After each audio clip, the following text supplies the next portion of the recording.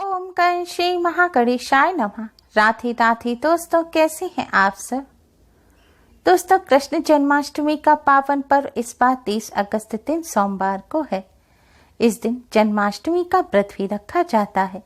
जन्माष्टमी व्रत को व्रतराज कहा जाता है।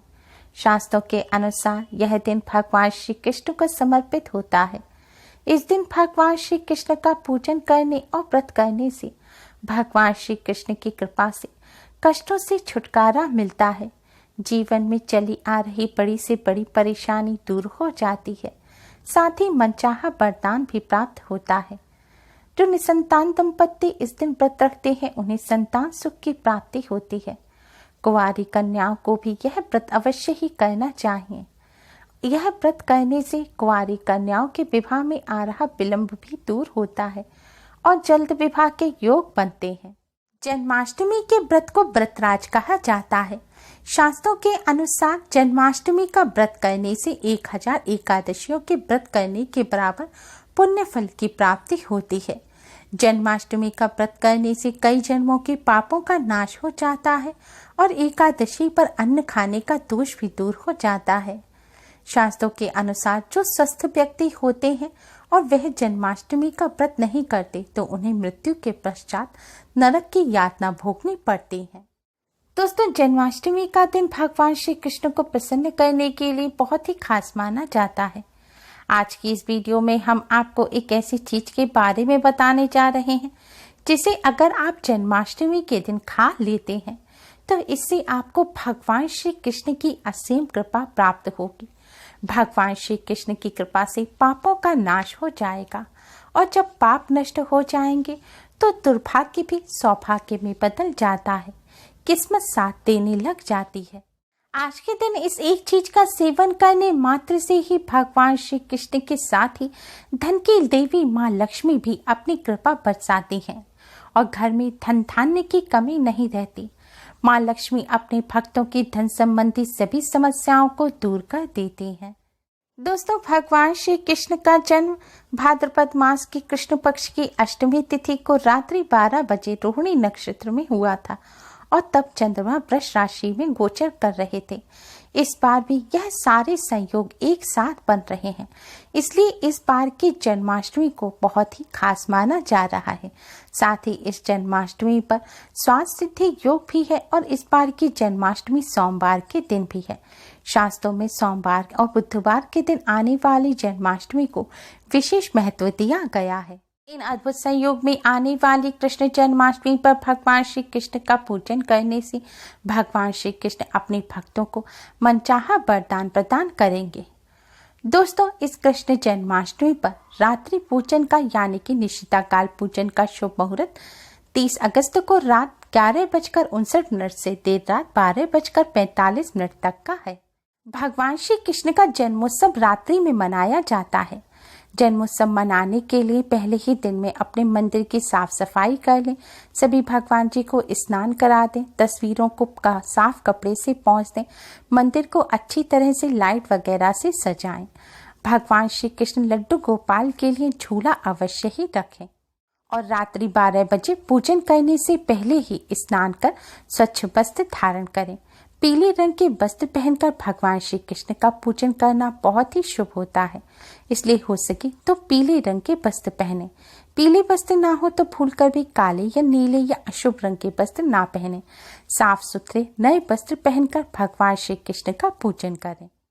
रात्रि 12 बजे पूजन के समय सबसे पहले आप अपने मंदिर में एक लाल रंग का कपड़ा बिछाकर उसके ऊपर एक साबुत खीरा रखें। अगर खीरे में डंठल है तो ज़्यादा अच्छा रहेगा, लेकिन मार्केट में डंठल वाले खीरे बहुत ही मुश्किल से मिलते हैं, तो आप सादा खीरा भी रख सकते हैं। खीरे को आपको मंदिर में रखना है और एक सिक्का लेना है। सिक्के को आप अच्छी तरह से साबुन पानी से धो लें, गंगा जल से शुद्ध कर लें।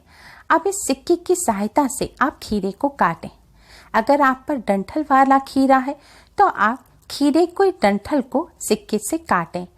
अगर साबुत खीरा है तो खीरे को बीचों बीच से आपको सिक्के से काटना है। ध्यान रखें, खीरा कटा हुआ नहीं होना चाहिए, ना ही आपको खीरे का जहर निकालना है। पूरा साबुत खीरा आपको मंदिर में रखना है। दोस्तों, जिस तरह एक माँ की कोख से बच्चे के जन्म के बाद माँ से अलग करने के लिए गर्भनाल को काटा जाता है, उसी प्रतीक के रूप में खीरे को काटा जाता है। खीरे काटने की इस प्रक्रिया को नाल छेदन कहा जाता है। खीरा काटने का मतलब है कि भगवान श्री कृष्ण का जन्म हो गया है। दोस्तों, इस खीरे को काटने के पश्चात इसे उठाकर रख देना चाहिए और फिर सबसे पहले भगवान श्री कृष्ण को पंचामृत से स्नान कराएं। पंचामृत यानी कि दूध, दही, घी, शहद और गंगाजल, इन पांचों चीजों को मिलाकर इससे भगवान श्री कृष्ण लड्डू गोपाल को स्नान कराएं और फिर भगवान जी को पीले रंग के वस्त्र पहनाएं और उनका श्रृंगार करें। अब भगवान जी के सामने एक दिया जलाएं और सुगंधित धूप बत्ती जलाकर भोग मिष्ठान लगाकर आप भगवान श्री कृष्ण का पूजन करें। भगवान श्री कृष्ण की आरती करें, भगवान श्री कृष्ण का भजन कीर्तन करें, अधिक से अधिक राधे राधे का जाप करें। दोस्तों, पूजन करने के पश्चात आपको सबसे पहले इस खीरे को खाना है। शास्त्रों के अनुसार खीरा काटने से पहले इसमें भगवान श्री कृष्ण का अंश आ जाता है और फिर इस खीरा काटकर जब नाल छेदन की प्रक्रिया पूरी की जाती है तब इसमें भगवान श्री कृष्ण की दिव्य शक्ति रह जाती है और जब इस खीरे को प्रसाद के रूप में सेवन किया जाता है तो इससे भगवान श्री कृष्ण की असीम कृपा प्राप्त होती है और जीवन में चली आ रही बड़ी से बड़ी परेशानी दूर हो जाती है। खीरे का यह प्रसाद खाने से संकटों से छुटकारा मिलता है। शास्त्रों के अनुसार जो भक्त भगवान श्री कृष्ण के इस प्रसाद को ग्रहण करते हैं, भगवान श्री कृष्ण स्वयं उनकी संकटों से रक्षा करते हैं। गर्भवती महिलाओं को भी इस प्रसाद को अवश्य ही खाना चाहिए। जो गर्भवती महिलाएं इस प्रसाद का सेवन करती हैं, भगवान श्री कृष्ण उनकी और उनके गर्भ में पल रही संतान की रक्षा करते हैं और संतान होने में कोई भी दिक्कत नहीं आती। दोस्तों, जन्माष्टमी पर भगवान श्री कृष्ण को 56 प्रकार के भोग लगाए जाते हैं, लेकिन उसमें सबसे ज्यादा अहम होता है माखन मिश्री का भोग। आज के दिन भगवान श्री कृष्ण को माखन मिश्री का भोग अवश्य ही लगाएं और इसमें एक तुलसी का पत्ता अवश्य ही रखें। शास्त्रों के अनुसार तुलसी के पत्ते के बिना भगवान श्री कृष्ण भोग को स्वीकार नहीं करते। माखन मिश्री भगवान श्री कृष्ण को अत्यधिक प्रिय है। भगवान श्री कृष्ण जब बाल लीला करते थे तब माखन चुराकर खाते थे, इसीलिए भगवान श्री कृष्ण का एक नाम माखन चोर भी पड़ा। माखन मिश्री भगवान श्री कृष्ण को अत्यधिक प्रिय है, इसलिए जन्माष्टमी के पावन पर्व पर आप भगवान श्री कृष्ण को माखन मिश्री का भोग अवश्य ही लगाएं। दोस्तों, माखन मिश्री का भोग लगाकर आप भगवान श्री कृष्ण का पूजन करें और पूजन के पश्चात इसे प्रसाद के रूप में ग्रहण करें। ऐसा करने से भगवान श्री कृष्ण की कृपा से घर में सुख समृद्धि बनी रहती है। माँ लक्ष्मी की कृपा से गरीबी और दरिद्रता का नाश हो जाता है। दोस्तों, आज के दिन इस तरह माखन मिश्री का सेवन करने से भगवान श्री कृष्ण की असीम कृपा प्राप्त होती है और मिश्री की तरह ही जीवन में भी खुशियों की मिठास भर जाती है। इसके अलावा आज के दिन भगवान श्री कृष्ण को धनिये की पंजीरी का भी भोग लगाया जाता है। इसके लिए धनिये के जो साबुत बीज होते हैं उन्हें पीसा जाता है और उनका पाउडर बनाया जाता है। फिर इसे हल्की गैस पर भूनकर इसमें बूरा मिलाया जाता है, यानी या आप पिसी हुई चीनी भी मिला सकते हैं। इसे बनाकर इसका भगवान श्री कृष्ण को भोग लगाया जाता है और फिर इसे प्रसाद के रूप में ग्रहण करना चाहिए।